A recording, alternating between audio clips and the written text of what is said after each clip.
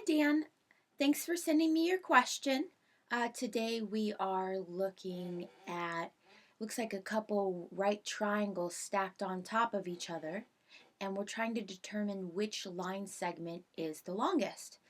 And they give us a couple significant pieces of information here. They give us that the angles here are 8, 9, and 10 degrees on the interior.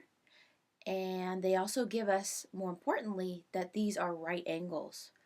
So to make this problem a little easier to understand, I want to look at each of these triangles separately. So I'm going to go ahead and draw them down here. Here's going to be my first triangle.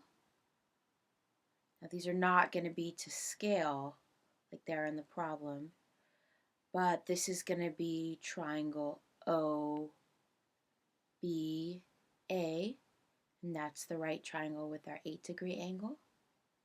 Here we have the second triangle. This is going to be triangle OCB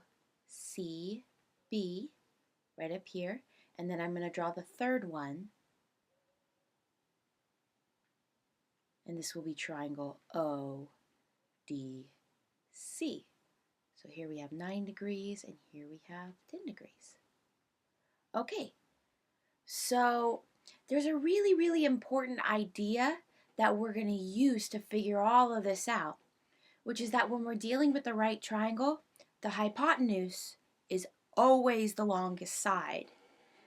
In other words, we can say that OA is greater than OB in this case, because the hypotenuse must be the longest side, so these sides have to be shorter. And in this triangle over here, I could say that OB is greater than OC. That would be the line segment OC right here. And in this triangle, I can say that OC, the line segment connecting these 2 points, is greater than OD.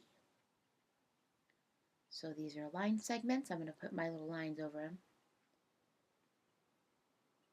Okay. So that is the most important part of the problem.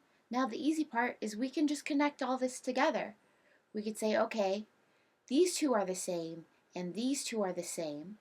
So if OA is greater than OB and OB is greater than OC, I can put that over here, and then OC is greater than OD.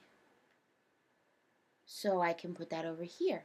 And it looks like of all those line segments, the one that's the greatest would be the one that's on the far left of my inequalities over here, and that would be OA. So therefore, OA is going to be your longest line segment in these triangles here. So this line right here. Okay? Thank you for sending me your question again, and I look forward to answering more of your questions using Snap Math in the future.